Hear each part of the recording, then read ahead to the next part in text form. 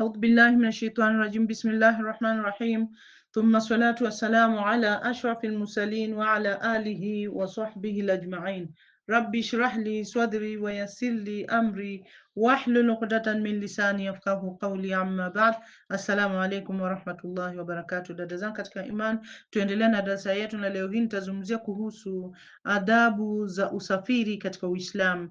Dada zangu katika iman, kusafiri kwenda sehemu zote za dunia ni hitaji la mwanadamu, na inaweza kuwa ni hitaji ambalo mtu hulitegemea, na kwa sababu hii Uislamu umeuthibiti kwa adabu na sheria ili usafiri uwe wa manufaa na sio wa madhara. Na ikiwa Muislamu anaelewa adabu na sheria za safari yake, basi atapata mengi mema. Safari ya Muislamu, dada zangu katika iman, kutoka sehemu moja hadi nyingine itategemea hukumu tano. Hukumu ya kwanza inaweza kuwa safari ya lazima, kama vile kusafiri kwenda kufanya ibada ya haji kwa wale waliolazimika kufanya hivyo, na kusafiri kwa ajili ya jihad kwa ajili ya Allah subhanahu wa ta'ala ikiwa itakuwa lazima. Pili, inaweza kuwa kusafiri iliyopendekezwa kama vile kusafiri kwa ajili ya umra. Tatu, inaweza kuwa kusafiri iliyokatazwa kama vile kusafiri kwenda kufanya madhambi kama vile zinaa, dhambi ya zinaa, biashara iliyoharamishwa na kadhalika. Nne, inaweza kuwa yani kusafiri isiyopendwa kama vile mtu anaposafiri pasina na nia ya kusafiri na hajishughulishi huko na chochote isipokuwa nini? Ni kazi njema ya lazima. Na tano, inaweza kuwa ni kusafiri iliyoruhusiwa kama vile kusafiri kwenda kutafuta riziki ya halali au kutafuta ilmu yenye manufaa. Dada zangu katika imani, Al-Juwaini Allah amrehemu aliulizwa kwa nini kusafiri ni aina ya mateso, akasema ni kwa sababu inahusisha kutengana na wapendwa. Dada zangu katika imani, miongoni mwa faida za kusafiri kadhalika ni kwamba kwanza kabisa kusafiri husaidia kutafakari uumbaji wa Allah subhanahu wa ta'ala, kuutazama na kupata masomo kutokana nayo. Anasema Allah subhanahu wa ta'ala kuhusiana na haya katika Quran, suratul Hajj aya ya 46, بعد أعوذ بالله من الشيطان الرجيم أفلم يسيروا في الأرض فتكون لهم قلوب يعقلون بها أو آذان يسمعون بها فإنها لا تعمى الأبصار ولكن تعمى القلوب التي في الصدور. Je, hawakusafiri katika ardhi hii wawe na mioyo ya kuelewa au masikio ya kusikia? Kwani hakika si macho yanayo yani pofuka, bali ni mioyo iliyo vifuani ndiyo inayopofuka. Dada zangu katika imani, miongoni pia mwa faida za kusafiri ni pamoja na kufanya matendo ya ibada kama vile haji na umra, na kumuita Allah subhanahu wa ta'ala, kujitahidi katika njia yake na kuwatembelea watu wema na wenye ujuzi. Imekuja katika hadith kutoka kwa Abu Huraira radhiallahu anhu kwamba Mtume sallallahu alaihi wasallam amesema, inna rajulan zara akhan lahu fi qaryatin ukhra فأرصد الله له على مدرجته ملكا فلما أتى عليه قال أين تريد؟ قال أريد أخا لي في هذه القرية فلا قال هل لك عليه من نعمة تربها؟ قال لا غير أني أحببته في الله عز وجل. قال فإني رسول الله إليك بأن Allah qad ahabbaka kama ahbabtahu fihi. Yani imekuja katika hadith kutoka kwa Abu Huraira radhiallahu anhu kwamba Mtume sallallahu alaihi wasallam amesema, mtu mmoja alimtembelea ndugu yake katika kijiji kingine, na Allah subhanahu wa ta'ala akamtuma malaika kukutana naye njiani. Alipomfikia akasema, unataka kwenda wapi? Akasema, nataka kwenda kwa ndugu yangu katika kijiji hiki. Akasema yule malaika kumwambia, una kibali chochote cha kumwomba? Akasema, hapana, isipokuwa kwamba ninampenda kwa ajili ya Allah. Akasema yule malaika kumwambia, mimi ni mjumbe wa Allah subhanahu wa ta'ala kwenu, kwamba Allah subhanahu wa ta'ala amewapenda na nyinyi kama mlivyo pendana kwa ajili yake.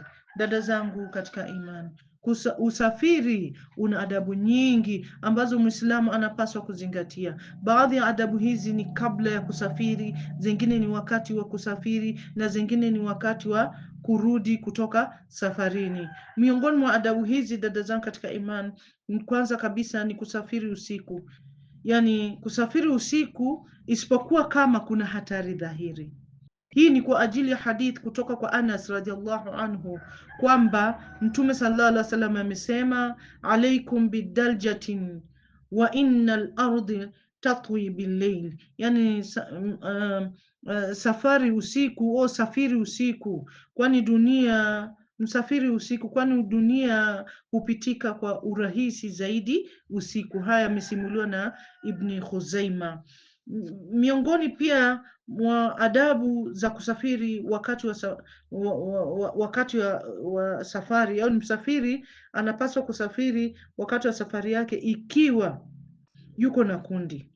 Hiyo ni adabu, yani adabu za msafiri wakati wa safari yake, yani anapaswa kusafiri ikiwa yuko na kundi. Ni kwamba wakae, ikiwa yuko katika ile kundi, ni kwamba wakae mahali yani pamoja na wasitengane. Haya yamethibitishwa katika hadithi iliyoandikwa na Abu Thalaba al-Khushan radhiallahu anhu, ambaye amesema wakati Mtume sallallahu alaihi wasallam aliposimama mahali fulani, watu walitengana katika bonde. Kwa hiyo Mtume sallallahu alaihi wasallam akasema, inna tafriqukum fi hadhihi shi'ab wal awdiyat innama dhalikum min ash-shaytan.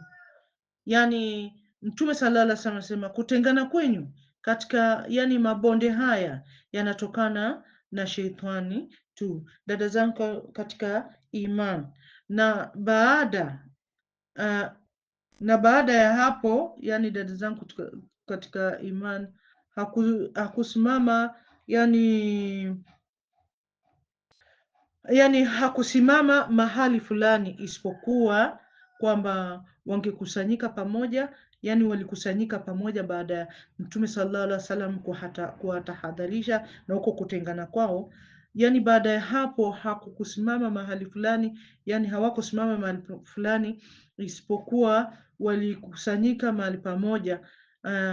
Na hapo kukasemwa kuwa yani walikusanyika mpaka yani hadi ikasemwa iwapo joho lingetandazwa juu yao lingewafunika wote. Haya yamesimuliwa na Imam Abu Daud. Na miongoni kadhalika mwa adabu pia za msafiri ni kwamba mwanamume hapaswi kugonga mlango wa familia yake usiku bila wao kujua kuhusu kuwasili kwake. Hili limepigwa marufuku.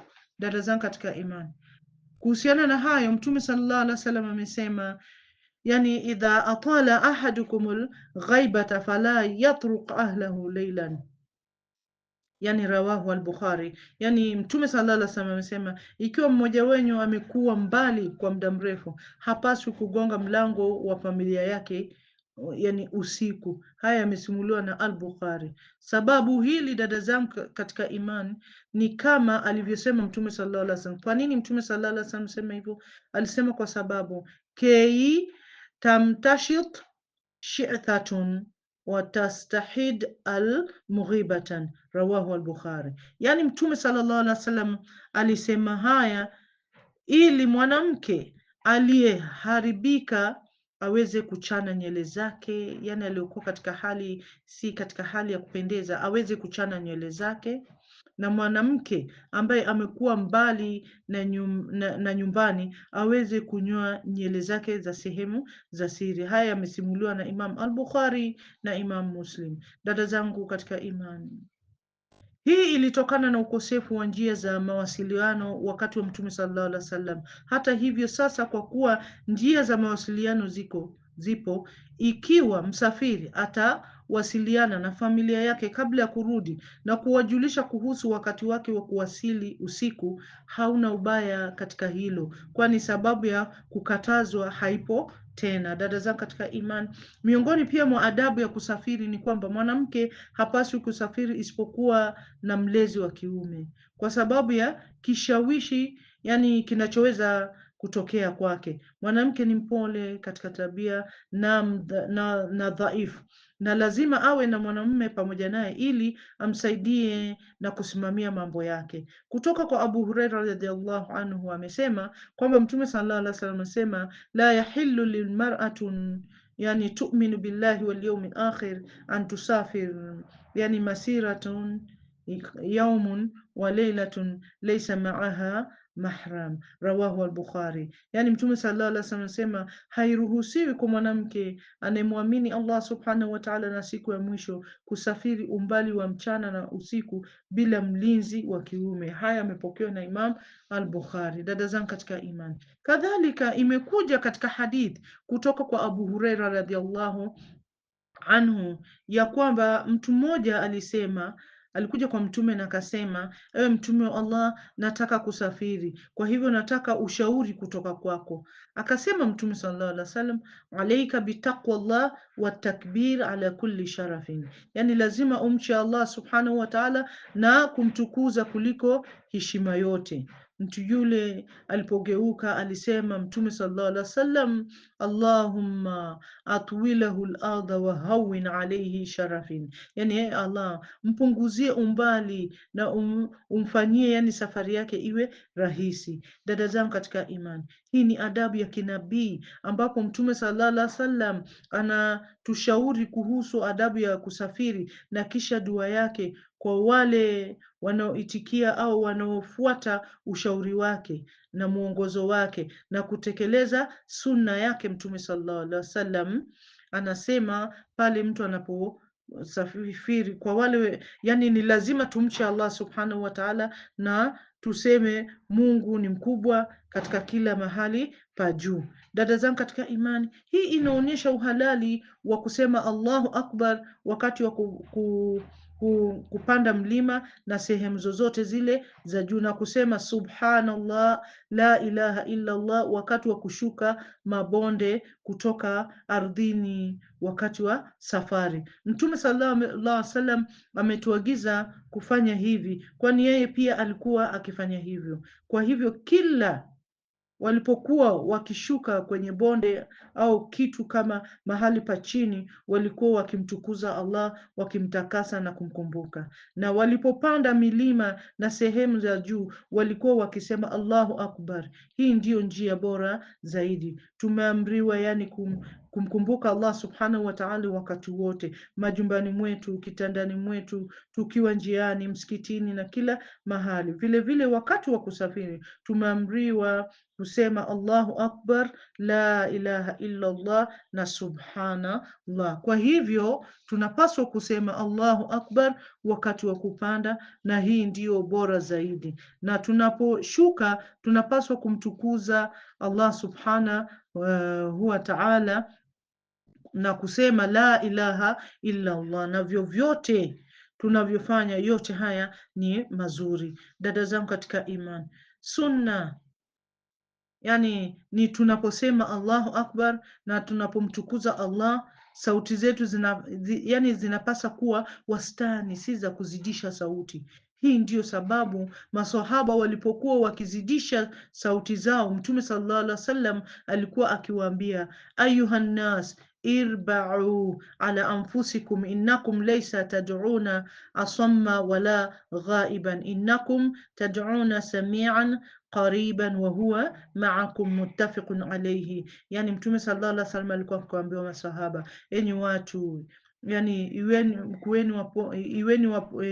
wapole kwenyu, yani iwe wapole kwenyu, kwani hamuiti kuweni wapole kwa nafsi zenu, kwani yani hamuiti mtu ambaye ni kiziwi au hayupo, mnamuita mtu yule ambaye anasikia yote, yani anayeona yote, naye yuko pamoja nanyi. Haya yamekubaliwa. Yule dada zangu katika imani, yule aliyetukuka ambaye ni Allah subhanahu wa ta'ala anasema katika Quran suratul Baqara aya ya 186, idha sa'alaka ibadi anni fa inni qarib ujibu da'wata da'i idha da'an, na waja wangu yani watakapokuuliza kuhusu mimi, hakika mimi niko karibu, naitikia maombi ya muombaji anaponiomba. Dada zangu katika imani, jambo la msingi katika hadithi hii ni kwamba mtu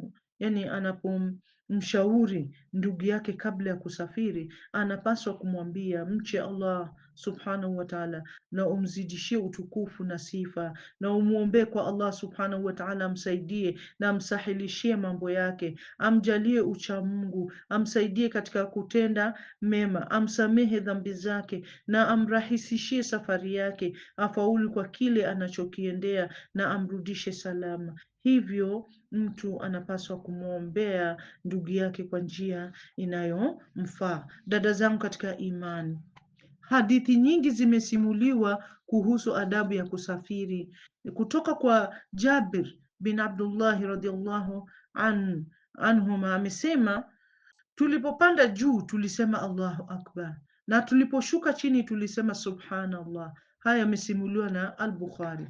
Pia imekuja katika hadith kutoka kwa Ibn Umar radhiallahu anhuma ambaye amesema, na Mtume sallallahu alaihi wasallam na na majeshi yake walipopanda njia za mlima walisema Allahu akbar, na waliposhuka walisema subhanallah. Haya yamesimuliwa na Imam Abu Daud. Na pia kutoka kwa Abdullah ibn Umar radhiallahu anhum amesema ya kuwa Mtume sallallahu alaihi wasallam alikuwa akisema takbir Allahu akbar mara 3 juu ya kila mahali pa juu ardhini aliporudi kutoka kwenye msafara wa kijeshi, haj au umra. Kisha alikuwa akisema pale akirudi katika sasa yule msafara, alikuwa akipanda anasema takbir Allahu akbar mara 3, na kila alipokuwa akirudi kutoka katika msafara wa kijeshi au haj au umra alikuwa akisema la ilaha illa Allah wahdahu la sharika lahu lahul mulk wa lahul hamd wa huwa ala kulli shay'in qadir. Yani hakuna Mungu ila Mwenyezi Mungu peke yake asiye na mshirika, ufalme ni wake na sifa njema ni zake, na yeye ni mweza wa kila kitu. Aibuna taibuna abiduna sajiduna lirabbina hamiduna sadaqa Allahu wa'adahu wa nasara abdahu wa hazama al-ahzab wahdahu muttafiqun alayhi. Pia alikuwa akisema pale anaporudi kutoka ile safari, anasema tunarudi tukitubu, tukiabudu, tukimsujudia Mola wetu, tukimsifu Allah subhanahu wa ta'ala timiza ahadi yake. Dada zangu katika imani, imekuja kadhalika katika hadith kutoka kwa Abu Musa radhiallahu anhu, yani ya kuwa amesema tulikuwa pamoja na Mtume sallallahu alaihi wasallam safarini, na kila tulipokuwa tukipanda juu tulikuwa tukisema takbir Allahu akbar, na hiyo Mtume sallallahu alaihi wasallam akatuambia ya ayuhan nas irba'u ala anfusikum fa innakum la tad'una asamma wala ghaiban walakin tad'una sami'an basira. Enyi watu, jilazimisheni, kwani hamumuiti mtu ambaye ni kiziwi au hayupo, lakini mnamuita yule ambaye anasikia yote na anayeona yote. Dada zangu katika imani, miongoni mwa adabu kadhalika zilizopendekezwa wakati wa kuanza safari ni kuaga familia. Kutoka kwa Abu Huraira radhiallahu anhu amesema kuwa Mtume sallallahu alaihi wasallam aliniaga na kusema astaudiu llaha dinaka wa amanatika wa khawatima amalik, yani ninakabidhi kwa Allah subhanahu wa ta'ala dini yako, amana yako na mwisho wa matendo yako. Dada zangu katika imani, ni sunna kwa yule anayeaga kumwambia yule anayemuaga, kama vile ilivyokuja kutoka kwa Abu Huraira radhiallahu anhu kwamba Mtume sallallahu alaihi wasallam alikuwa akisema anapomuaga mtu, astaudiu llaha dinaka wa amanatika wa khawatima amalik, yani namkabidhi Allah dini yako, amana yako na mwisho wa matendo yako. Anasema Al-Khattabi, amana hapa katika kauli ya Mtume sallallahu alaihi wasallam ni familia ya yule aliyeagwa. pesa zake, na ametaja dini hapa kwa sababu yani kusafiri kunaweza kuwa na mashaka au na taabu au na mitihani. Kwa hivyo inaweza kuwa sababu ya kupuuza baadhi ya mambo ya dini. Dada zangu katika imani, pili, miongoni mwa pia mwa adabu inayopendekezwa wakati wa kuanza safari ni kuomba dua. Tunapotoka nyumbani, imekuja katika hadith kutoka kwa Salama kuwa Mtume sallallahu alaihi wasallam hakuwahi kuondoka nyumbani kwangu bila kuinua macho yake angani na kusema Allahumma inni a'udhu bika an adhilla au udhalla au azilla au uzalla au adhlima au udhlama au ajhala au yujhala alayya, rawahu Abu Daud wa ghairihi. Yani, ewe Allah, najikinga kwako kutokana na kuwapotosha wengine au kupotoshwa, na kutokana na kusababisha wengine kuteleza au kutelezeshwa, na kutokana na kuwadhulumu wengine au kudhulumiwa, na kutokana na kutenda kwa ujinga au kutendewa ujinga. Haya yamesimuliwa na Imam Abu Daud na wengine. Kadhalika inashauriwa tunapoanza safari, miongoni mwa adabu za kusafiri ni kusoma dua ya kusafiri. Imekuja katika hadith Abu Zubair amesema kwamba Al-Azdi alimwambia kwamba Ibni Umar radhiallahu anhuma aliwafundisha kwamba Mtume sallallahu alaihi wasallam alipopanda ngamia wake ili kuanza safari alikuwa akisema Allahu akbar, Allahu akbar, Allahu akbar, thumma qala subhanallah alladhi sakhara lana hadha wama kunna lahu muqrinin wa inna ila rabbina lamunqalibun Allahumma inna nas'aluka في سفرنا هذا البر والتقوى ومن العمل ما ترضى اللهم هون علينا سفرنا هذا وأطوي عنا بعده. يعني اللهم أنت صاحب في السفر وخليفة في الأهل. اللهم إني أعوذ بك من وعثاء السفر وكآبة المنظر وسوء المنقلب في المال والأهل، rawahu Muslim. Yani anasema kuwa Mtume sallallahu alaihi wasallam alipokuwa akisafiri alikuwa anatoa dua hii ya kusafiri Allahu akbar mara 3, kisha anasema utukufu ni wake yeye aliyetutiisha hili na hatungeweza kulitiisha, na hakika Mola wetu tutarudi. Ewe Mwenyezi Mungu, tunakuomba uadilifu katika safari yetu hii na ucha Mungu na matendo mema. Ewe Mwenyezi Mungu, tufanyie safari yetu iwe rahisi na ufupishe umbali wake. Ewe Mwenyezi Mungu, mlinzi katika safari na mlezi wa familia. Ewe Mwenyezi Mungu, na jikinga kwako kutokana na ugumu wa safari, giza la kuona na matokeo mabaya ya utajiri na familia. Na aliporudi alisema aibuna taibuna abiduna lirabbina hamidun, yani tunarudi, tunatubu, tunamwabudu na tunamsifu Mola wetu. Dada zangu katika imani na kadhalika, dada zangu katika imani, nashauriwa pia tunapoanza safari, miongoni mwa adabu ya safari ni kuchagua marafiki wazuri. Kutoka kwa Ibni Umar radhiallahu anhum amesema kuwa Mtume sallallahu alaihi wasallam amesema lau ya'lamu nnasu ma fil wahdati ma a'lamu ma sara rakibun bilaili wahdahu, rawahu al-Bukhari. Yani kama watu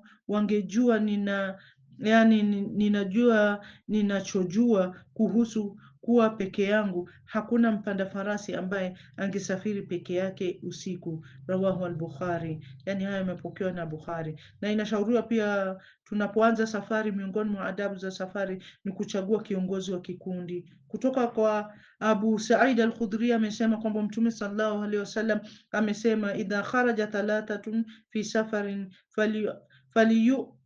falyu'ammaru ahadahum, Sunan Abu Daud. Yani ikiwa watu watatu watatoka safarini na wamchague mmoja wao kama kiongozi wao. Dada zangu katika iman, kiongozi wa watu ndiye anayesimamia mambo ya safari na kuamua njia zake. Mtume sallallahu alaihi wasallam alikuwa akiwaamuru maswahaba zake walipokuwa wakisafiri wateue kiongozi juu yao ili maoni yao yawe moja na kutokuwepo kwa kutokubaliana kati yao. Dada zangu katika iman, na mwisho kabisa pia ni sunna pia kusafiri siku siku ya Alhamis. Kutoka kwa Ka'b bin Malik radhiallahu anhu amesema kwamba Mtume sallallahu alaihi wasallam alitoka siku ya Alhamis kwa ajili ya vita vya Tabuk. Alipenda kutoka siku ya Alhamis. Haya yamepokewa na Imam al-Bukhari na ni hadithi nambari 2950. Dada zangu katika iman, tunamwomba Allah subhanahu wa ta'ala atujalie kheri na atuongoze katika njia iliyonyooka. Shukran jazila wa barakallahu fikum.